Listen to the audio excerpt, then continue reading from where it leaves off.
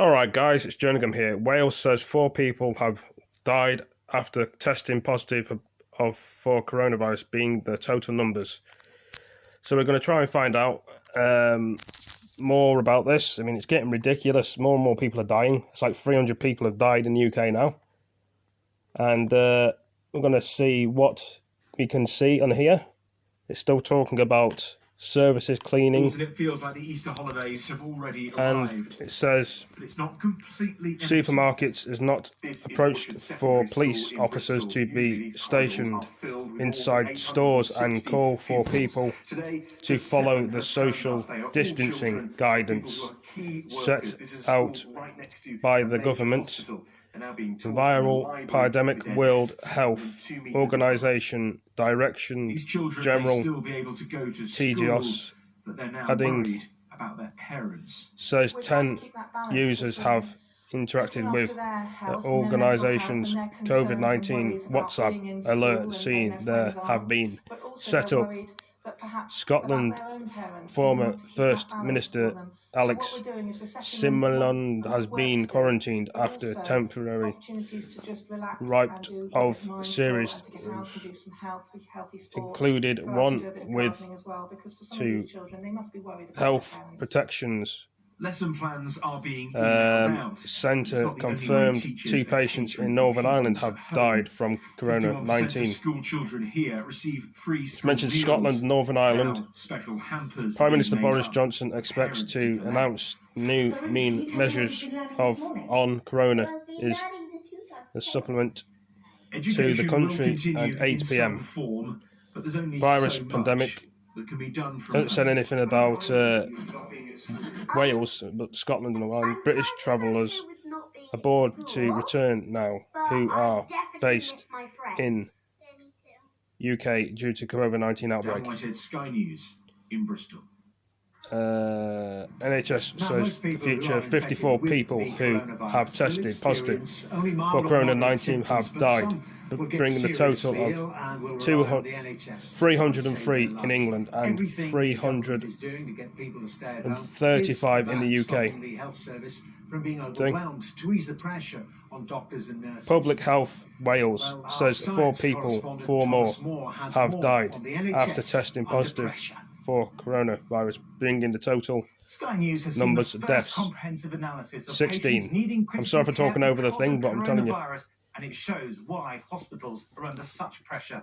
Scotland Yard. The Intensive Care National Audit and Research Centre looked at 196 patients admitted to intensive care. It's ridiculous. It's going up and up and up and up. Ireland. The numbers 19 bring the total numbers of deaths. The numbers are Scotland, still relatively 14. small, but there are some interesting trends.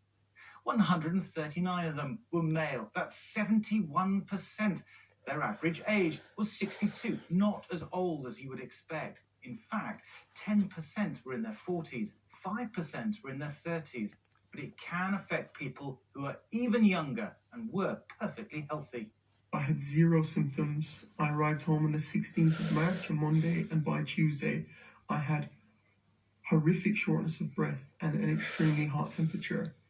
By Wednesday, it had exacerbated, really struggling to breathe, insanely high temperature, convulsions in bed due to my body fighting the infection. On Thursday, I phoned an ambulance, and I've been in hospital now this is the 5th day.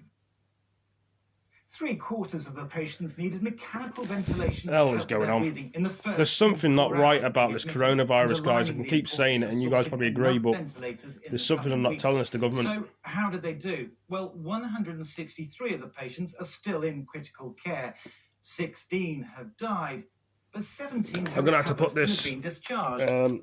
There's more comprehensive data on those 33 patients because, dead or alive, they have technically completed I need to get some food in me. I'm bloody hungry. Half of them spent 9 days in intensive care, under the pressure on beds. And it wasn't just help with their breathing that they needed. 79% required basic cardiovascular, including drug treatment or the insertion of tubes into their blood vessels.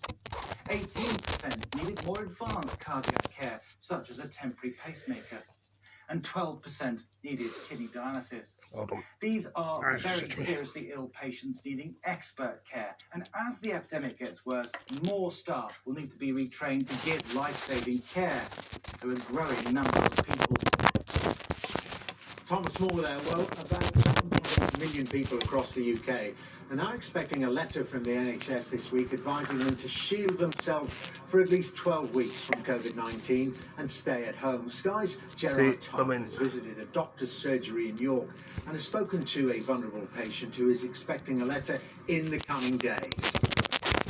On oxygen with severe breathing difficulties, 72-year-old John Hillier is among 1.8 million people across the UK who'll get a letter advising them not to leave their homes for their own safety.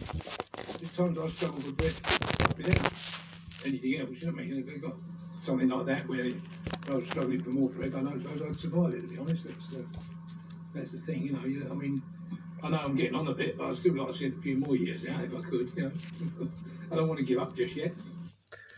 The letter from the NHS in England is being sent to people with concerns including specific cancers, severe respiratory conditions, rare diseases, some organ transplants, those undergoing immunosuppression therapies, and pregnant women who also have significant heart disease. Funds are all in place and Trying to film bloody. Preparing for the crisis they know is coming, a coronavirus command centre has been set up at the Priory Medical Group in York. Just trying to. Dial in remotely to plan care for their 60,000. Taking a while to just focus this How camera. GP's work is changing fast. From Tuesday, all patients at the group's 9 surgeries will be assessed over the phone. Have you had chest infections like this before? Does it feel the same as ones you've had before? From Wednesday, those with respiratory problems. Hold on a minute, guys. I need to sort this out. As soon as we see them arrive, we would come out to get them. We would be in our PPE, which is a face mask, gloves and an apron, and we would give the patient a mask and some gloves to wear. Right, I need to find another towel to hold Meanwhile, this. John Hillier's carer, Phone axe his keeps falling. 73-year-old wife, is venturing out in makeshift protective clothing, a scarf and woolen gloves. She's furious with people who ignore government advice. They're very selfish people, and they should stop and think that some people are not healthy and can't do what they want to do. They should think of other people. They're just carrying on as if nothing's happened. But when it will be somebody else's problem to look There you after go. them when they do get I'm sorry it's taken me so long to just do that. Keeping the virus away from the most vulnerable is now a top priority. Gerard Tubbs, Sky News, York. Well, if you have any questions about the coronavirus outbreak, you can ask Sky News. We'll have a panel of experts here from tomorrow morning at 7:45, again at 12:30 and 6:30 p.m. So send your questions by Twitter with the hashtag AskSkyNews. You can WhatsApp the number on the screen, or you can email us at sky.today@sky.uk. Well, away from coronavirus, there's been one other significant story today. And that is that Scotland's former First Minister, Alex Salmond, has been acquitted of all charges against him. After a 2-week trial, a jury at the High Court in Edinburgh found him not guilty of 12 charges of sexual assault, while another was found not proven. I'd like to thank my friends and family for standing by me over the last 2 years. I'd like to thank my brilliant legal team, who are absolutely exceptional. And I'd like to thank all of the people who've sent so many messages over the last 18 months or so, but particularly in recent days. And this is Sky News Tonight. Coming up, growing questions over the Summer's Olympic Games in Tokyo as athletes start to pull out.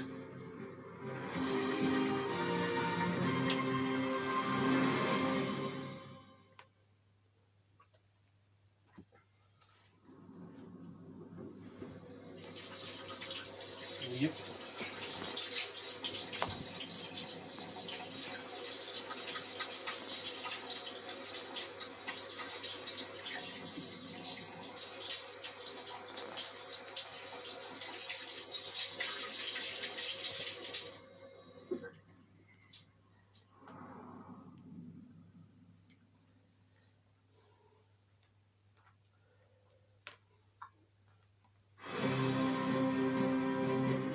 Yeah, I'm just filming the news, yeah.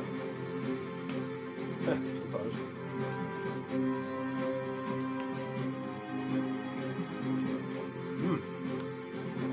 Where's that on?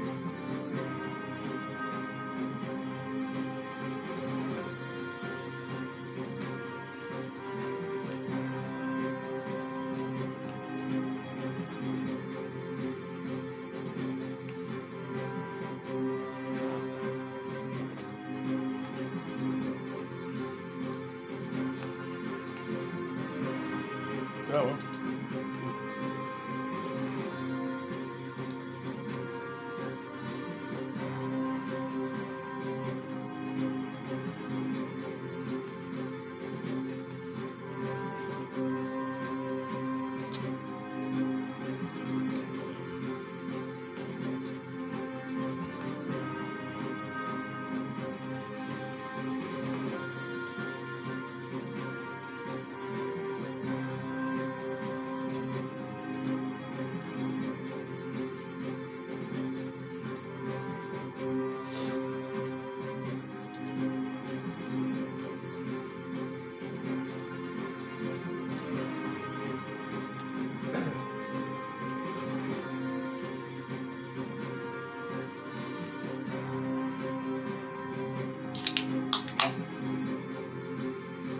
To drink the cherry, bit of curry and rice.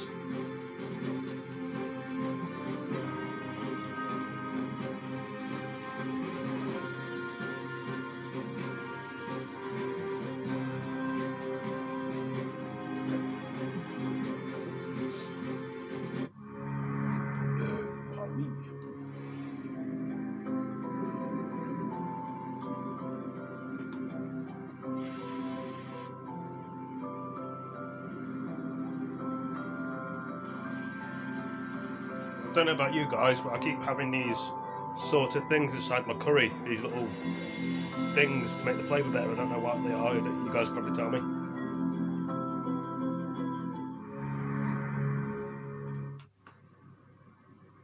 Now then to the issue of the Summer Olympics, and Canada has become the first major country to withdraw from the event in Tokyo. The decision adds to the pressure on the International Olympic Committee to suspend the Games, with Australia's team also saying it's clear that they cannot go ahead. Enda Brady reports on the Olympics under threat. Pressure has ramped up on both Japan and the International Olympic Committee to make a decision about this summer's Games, and make it fast. For the first time, the Japanese have conceded that postponement is now a possibility. While the international community is being severely affected, we had hoped to hold the Games in its entirety as proof that the world has defeated the coronavirus.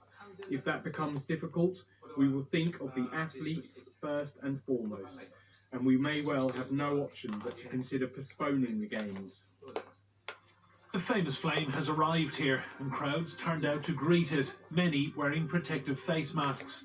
The International Olympic Committee has given itself a 4-week deadline to say if the Games will go ahead, but many athletes are far from happy with the uncertainty. It's incredibly tough, but I think it's one of these instances where the health of the nation, health of society comes before sport. And I don't think any athlete is willing to put their health on the line for the Olympic Games. If it's not safe for the rest of the world, then there's no way that it can proceed, because it's not fair for people that are isolating, that are trying to look after themselves, to be put at great risk in order to hold a sporting event. And that is the reality at the moment. It would be very difficult for athletes on a selfish level to deal with that and to kind of move forward. But that is the reality of the situation that we're faced with. Canada has become the first country in the world to warn that it won't send athletes unless the Games are postponed for a year. Some of their team have posted videos online showing them training at home with the social media hashtag social distancing.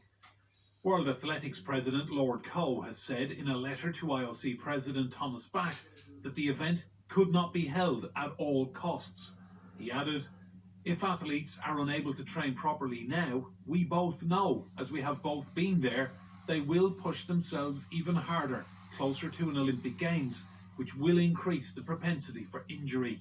Australia has also said it won't send athletes, and Team GB could soon follow suit.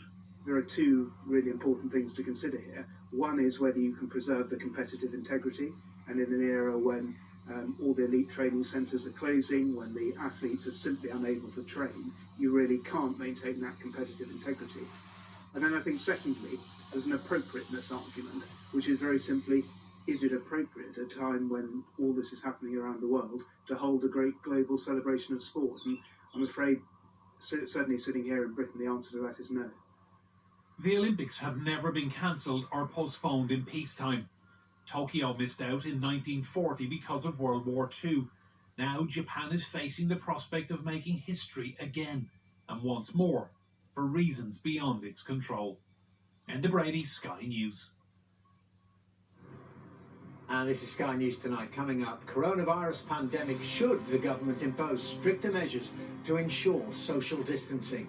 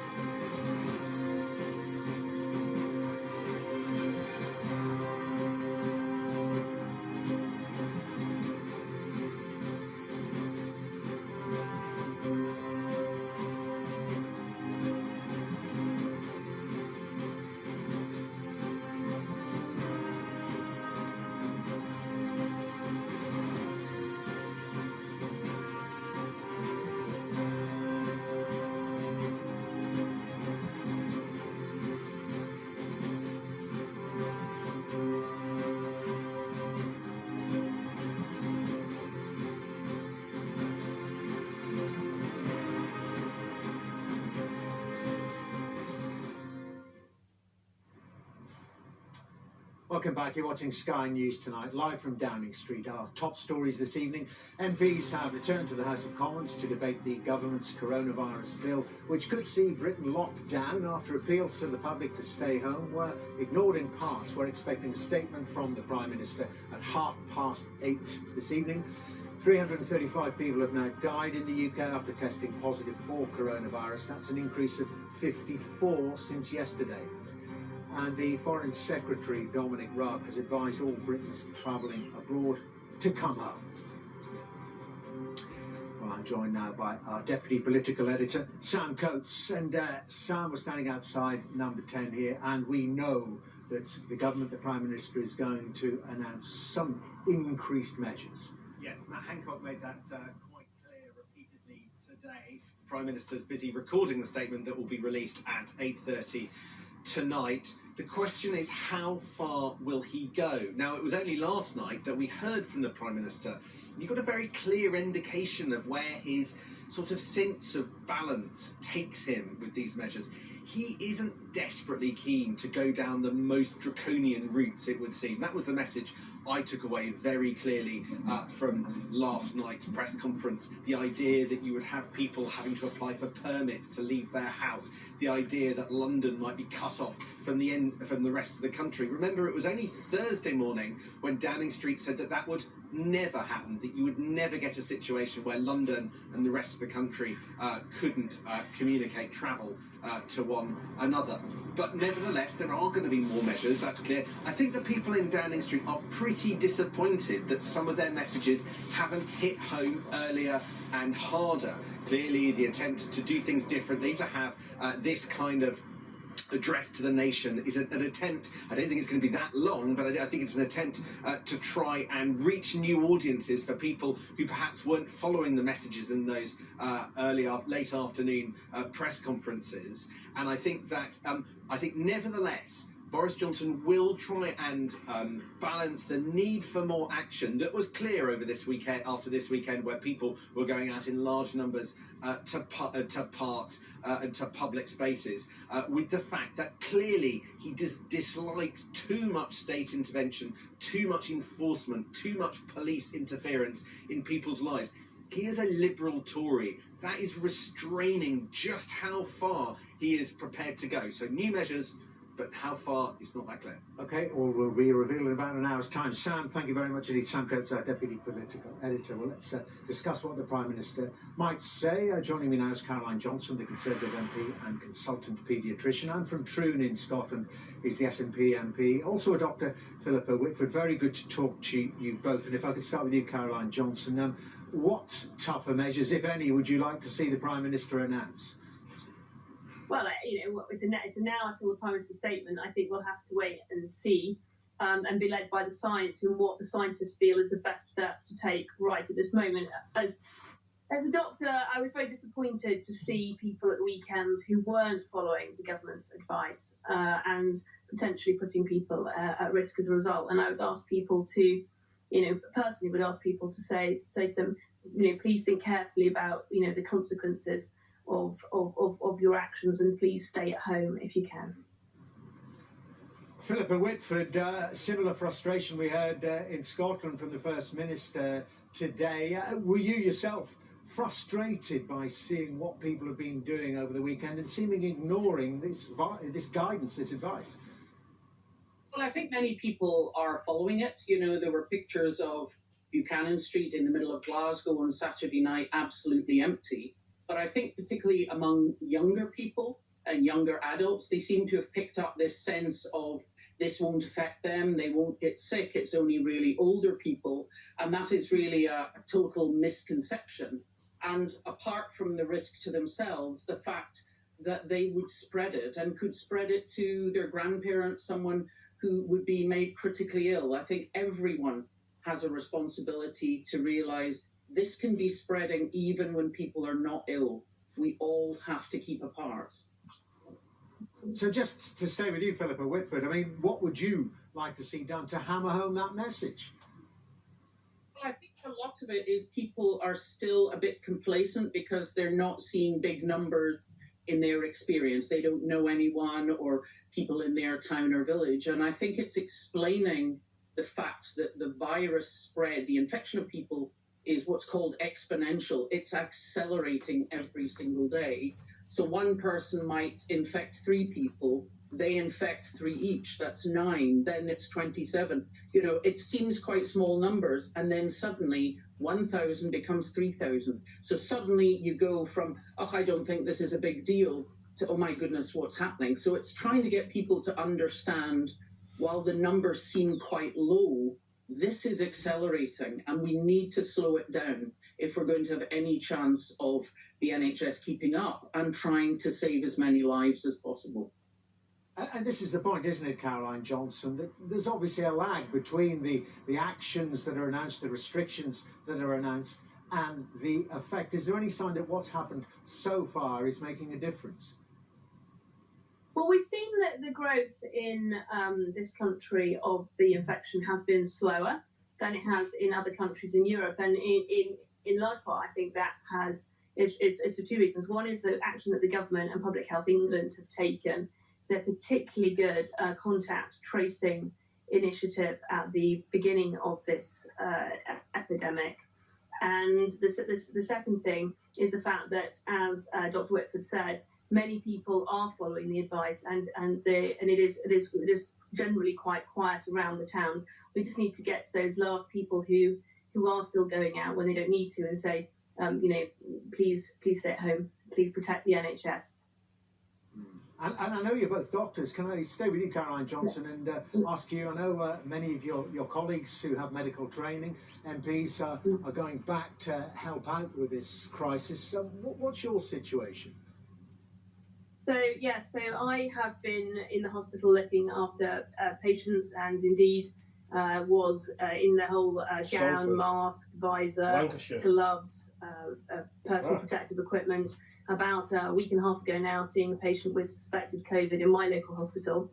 At the moment, because my husband has had a high fever for 3 days, I am at home in isolation as per the government guidelines to stay indoors for 14 days. I'm sticking to that. After that's over, I will be back into the hospital doing extra shifts to try and help where I can. I'm trained to use ventilator because of my experience in paediatric and neonatal intensive care, and I'll be doing what I can to help. Philippa Whitford. Oh, sorry to interrupt there. Philippa Whitford, you, of course, are a surgeon, different skill set, but nevertheless a medical training, which may be needed. Do you think it could come to that? My husband's a GP, and both of us have volunteered.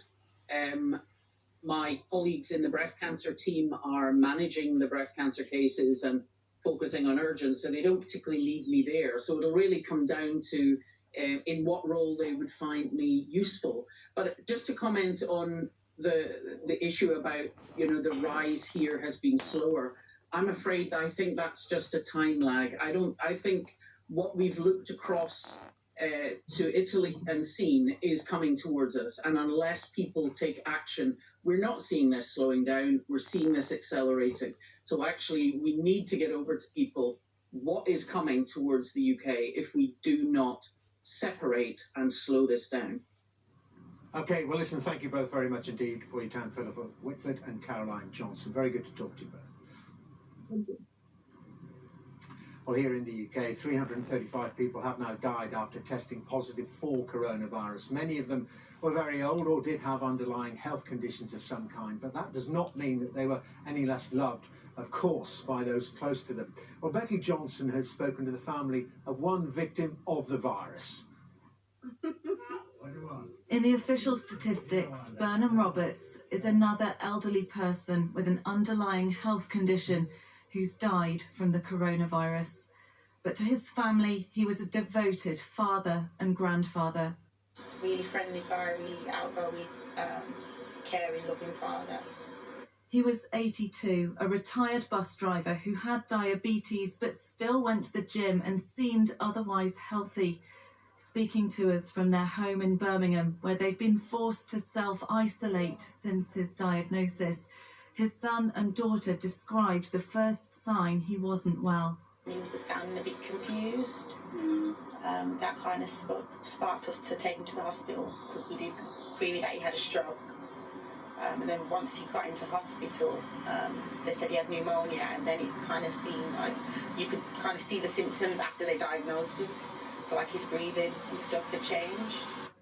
As a nurse who works on the front line, Sherelle knew what would have to happen to her dad. And they kind of moved him into a bay with a lot of other patients that were positive as well. And then after that, they shut down the hospital, so we weren't able to visit. It meant a man who lived for his family had to die alone. Very difficult, just not wanting to be on his own. Definitely very upsetting that we weren't there with him at his last moments. For the dad who was always there for them, they can't even plan a funeral. We can't do anything because nobody's really sure of how things will go from now. Are they allowed to release the body? Is he still going to be infected? And stuff like that. So he's just sitting in the morgue at present, and we can't let him to rest. Sherelle has now been cleared to go back to work. As a nurse and a daughter, she has this message. Everyone has to keep themselves safe. Just, social distancing. Just stay at home if you need to. Because I don't want it to happen to anybody else. But the truth is, more will die. And each life lost leaves a family bereft. Becky Johnson, Sky News, Birmingham. Okay, we want to talk now about the situation in intensive care units up and down the country. Joining me now live is Dr. Carl Waldman, the immediate past dean at the Faculty of Intensive Care Medicine. And very good to talk to you, Dr. Waldman. Well, tell me, what is the situation right now in the intensive care units in the NHS? It varies up and down the country. Some are actually bursting at the seams, and some are still waiting for the predicted peak in admissions. So it varies very much. And it's a matter of time, as everyone has said. We hope we don't reach the situation that is in Italy and in Spain, but we're preparing the best we can. The encouraging news we've had in the last couple of days is, firstly, the personal protective equipment is now starting to arrive at most hospitals that were short of it. It's very important we protect the staff. And secondly, the testing equipment, where you can find out whether a patient is positive and whether staff are positive for coronavirus, is now starting to be available, so we can make decisions much more appropriately and in quicker time. And without those two things, it's really like fighting a fire blindfold without water in your hose. So that's how it's been described. But with those things, we're encouraged that things are starting to move. And give me a sense, you mentioned the preparations, give me a sense of the speed and intensification of what is to come. Just tell me what people don't see up and down the country, what has changed and what is changing. Well, what we know from Italy, because many of us have worked with our Italian colleagues, is they're saying they were very surprised and they weren't going home. They didn't get home for 2 to 3 weeks, partly because they were busy, partly because they didn't want to take a chance with the virus infecting their families. So that really gives you a flavour of what we might expect. What we've been doing in the last 2 weeks really is training the people that don't normally work in intensive care to be able to be of assistance to us. So these are particularly the anaesthetic colleagues, nurses that work in the recovery area. There's some people that have recently retired that would still be keen to come back to help. And we do simulation exercises about the sort of things that we will need to do. They've scaled down all the elective surgery. This means we can move into the operating theatres, which have ventilators. So the limitation of ventilators in the intensive care units, we get over that by using the ventilators that are within the operating theatres. You've also heard the news that the private hospitals are trying to help us. There may be a chance to move some patients there, particularly those that are not on ventilators, but again, they have operating theatres and we may be able to extend there. You mentioned ventilators. Are any of those that the Prime Minister asked, industries that don't normally make these kind of things but can retool, are any of those reaching the hospitals yet?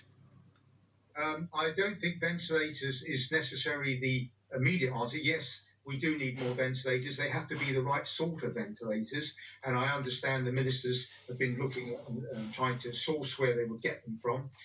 The fact is that to use a ventilator, you need very highly trained staff to work with them. It's not just a matter of attaching a machine, because they're going to be on this machine for several days. You've got to take all the other things, like they may have kidney problems as part of their multi-organ failure, and they will need turning, they will need to be put in the prone position. So it's far bigger than just ventilators. It means, yes, you do need more ventilators, but you do need the staff that can help monitor them, ventilate them, and if necessary, provide other organ support. So I think the message is ventilators will be important, but they have to be the right sort of ventilators, and in addition, the right staff to help you manage these patients.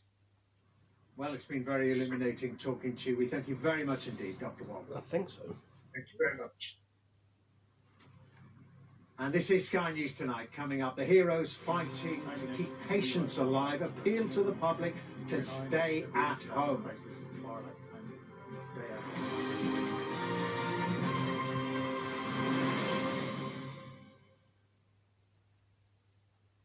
Yeah.